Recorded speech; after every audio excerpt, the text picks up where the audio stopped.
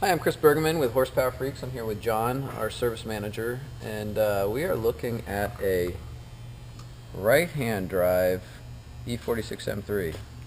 Obviously, most of the steering wheel is on the wrong side.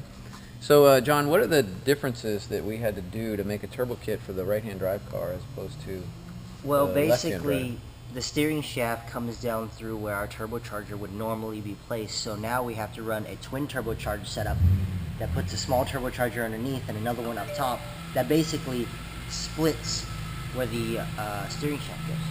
Okay, well, let's go take a look and see what you've done up here.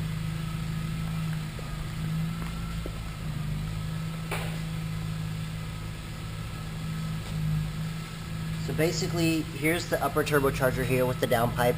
It's on a camera, it's nearly impossible to see the other turbocharger, but I'll show you that later.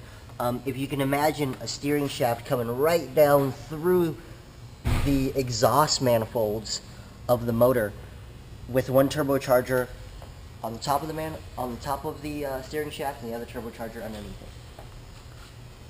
So I see you've got the intercooler down there. I noticed looks like there's two pipes going into the intercooler.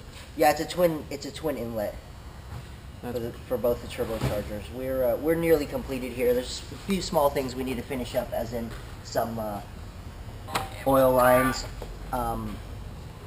electronics, things like that. Okay, so basically though the electronics we're just going to be able to plug in the Pro EFI system. Yeah, the Pro EFI will go in. Jason Siebels Okay. has a solution for us. Okay, and then it looks like a lot of these components are the same as our Yeah, a lot of them are the left-hand drive. same. Luckily, we were able to use a lot of the same components to keep our kits consistent for the E46s. However, a humongous change is the twin turbochargers.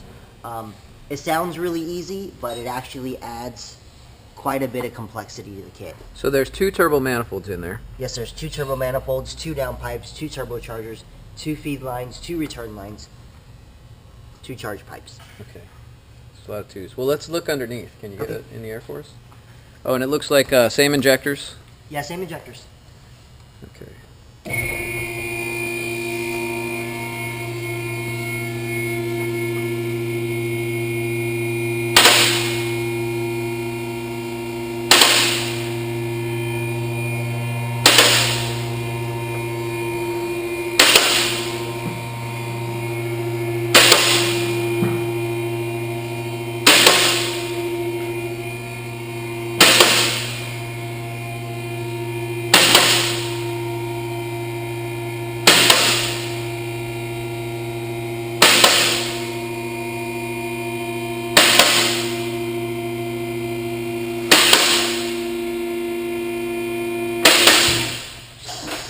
Now I know a lot of people are going to ask this. How are we doing for ground clearance with this kit as opposed to our left-hand drive? It's actually not any different. It's actually a little bit better because we're using two small charge pipes rather than one large pipe. Okay.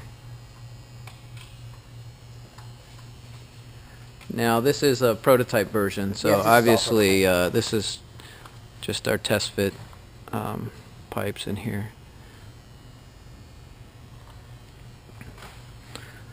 So I see they're internally wastegated. Yeah, they're internally gated. There's no room to fit two gates. That's one of the main restrictions we have on the car is the fact that we can't fit anything in here. So you see the lower turbocharger, the downpipe for it. This downpipe leads all the way up to the front turbocharger. You can see the steering shaft right here where it comes through just above that turbocharger. Oh yeah, there's the steering shaft. Yeah, everything in there is extremely tight. And that's why I think this twin turbo kit has been such a challenge for us, is just that everything is very tight. Yeah, we've already proven that we can make well over 1,000 horsepower, but it's getting components to fit in the vehicle that's the hard part. Now this, we have a cast design. We just mocked this up for now to get this car running, but we have a cast version of this that we'll be producing. So this won't be flat here, it'll be radiused into the exhaust. But all right, it looks good. And then of course we'll run our standard oil returns.